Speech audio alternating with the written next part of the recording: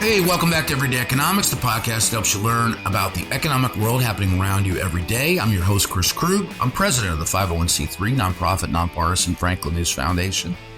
Everyday Economics is a production of America's Talking Network. You can subscribe to all of our terrific podcasts at americastalking.com. To support Everyday Economics, please make a tax-deductible charitable contribution by clicking the link in the show description. We are recording this episode on Monday, October 30th.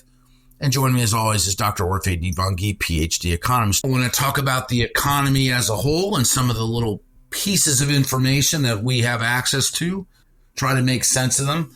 Last measured month, GDP grew 4.9%. Consumer spending, though, was up 4%. The personal consumption expenditures price index hanging out at 3.4%. I'm more concerned about GDP growth in the third quarter and our spending. Oh, what are we doing here? What's going on? We're spending money like we're made of it. The consumer is definitely driving this economy. You got it spot on. I mean, the business investment actually fell in the third quarter, but really strong GDP numbers, all consumer, and the government spending, defense spending up 8%. At a seasonally adjusted annual rate. I mean, that is pretty crazy. But I guess we expected defense, given everything that's going on around the world.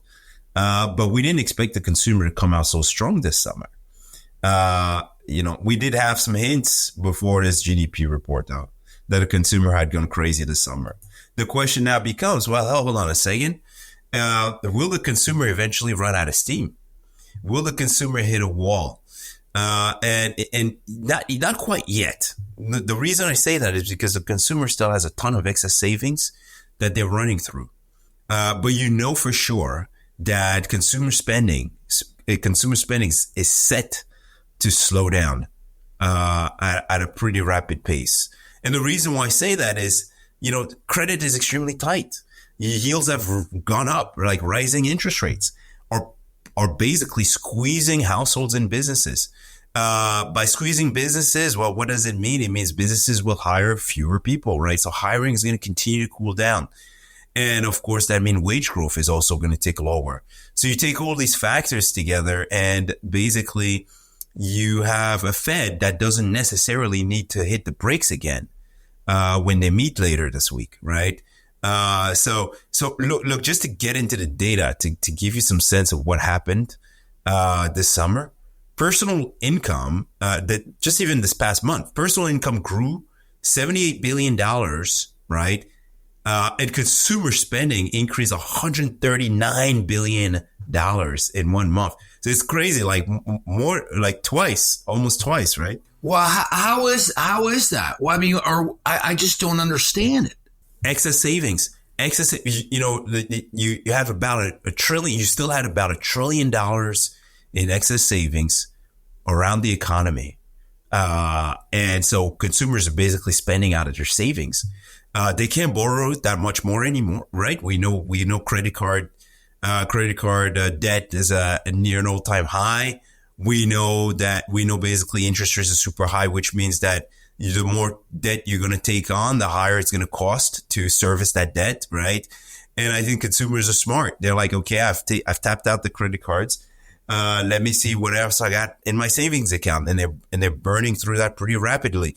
Now, of course, that's going to have to slow down. It's not sustainable.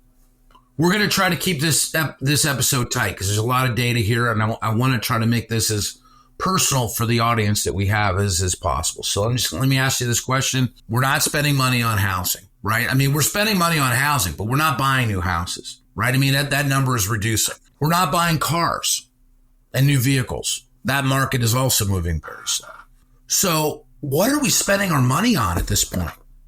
Yeah, it's interesting you say that, but yeah, we are still buying housing and we're still buying cars and we're going to concerts and stuff throughout the summer.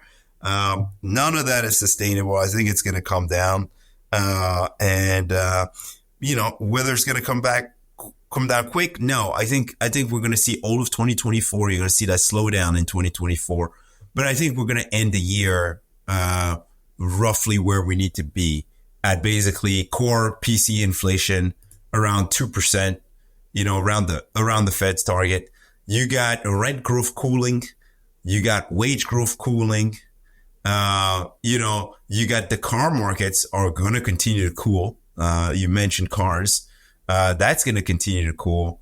And if we don't get any surprises even oil prices have come down a little bit. So if we don't get any surprises on the oil side, we should be okay. We still have issues with the healthcare sector though. There's a lot of cost, healthcare, a lot of labor supply shortages and stuff in healthcare that are driving healthcare prices up. You also have insurance costs that are increasing due to everything we've seen in the past couple of years, all the climate disasters and all that stuff. So, but ultimately, I think we're going to head closer to that 2% target by the end of 2024. Hopefully, we can avoid a recession. The consumer is still strong, cooling but strong, and so that's kind of where I see things going. But again, very importantly, the market implied probability of a Fed hike is roughly just 4%. And so I don't think the Fed's going to have to step on the brakes. The consumer is going to slow down because it has to. And so just the wait and see approach, I think, is what the Fed's going to do on Wednesday. For Orphe Divounguy, this has been Chris Krug. Subscribe to Everyday Economics and dozens of other quality podcasts at americastalking.com.